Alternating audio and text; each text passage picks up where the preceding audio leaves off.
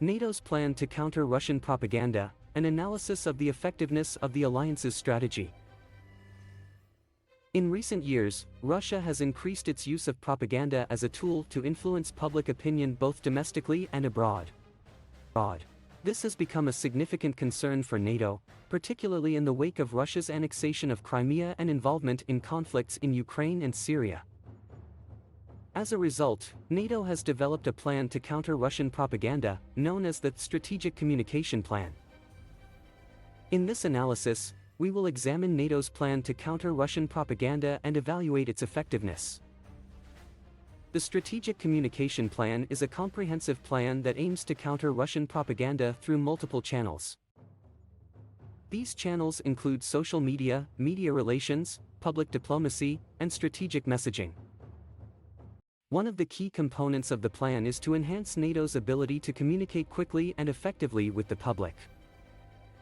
This is achieved through the creation of a dedicated strategic communications center and the use of social media. The center serves as a hub for analyzing information and developing messages that can be disseminated through various channels. It also provides training and support to NATO member states in their efforts to counter Russian propaganda. The use of social media is viewed as critical to the success of the plan. NATO recognizes that social media has become one of the primary ways in which people consume news and information and has developed a strategy to leverage these platforms effectively. Another component of NATO's plan is to focus on public diplomacy. This involves engaging with audiences directly and creating opportunities for dialogue and exchange. NATO has developed programs that promote transparency and openness and has established partnerships with civil society organizations and non-governmental organizations, NGOs. While NATO's plan is comprehensive, it faces several challenges. One of the primary challenges is the sheer volume of Russian propaganda. Russia has developed a sophisticated and wide-ranging propaganda machine that operates on multiple levels. The propaganda is not limited to state-controlled media but also includes a vast network of social media trolls and bots.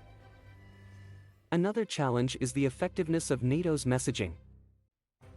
While the Strategic Communication Plan is designed to counter Russian propaganda, it is unclear whether NATO's messaging is resonating with audiences. Unlike Russia, NATO does not have a centralized media operation and must rely on member states to disseminate messages. This can lead to inconsistent messaging and confusion. In addition, NATO faces a perception problem among some audiences. In certain countries, NATO is viewed as an aggressive and destabilizing force. This makes it difficult to communicate with audiences and gain their trust. Despite these challenges, NATO's plan has had some success. In the aftermath of the Russian annexation of Crimea, NATO was able to quickly mobilize public opinion against Russia and develop a coordinated response. The alliance has also been able to enhance its ability to communicate with the public through the creation of the Strategic Communications Center and the use of social media.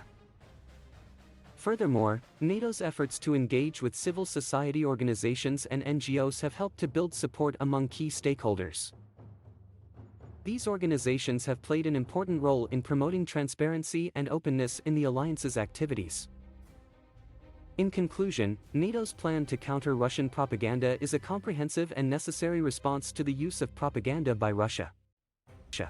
The Strategic Communication Plan has been effective in some areas, but there are still challenges that must be addressed. NATO must continue to adapt its messaging to resonate with audiences and enhance its ability to counter the sheer volume of Russian propaganda. By doing so, NATO can protect its interests and promote stability in the region.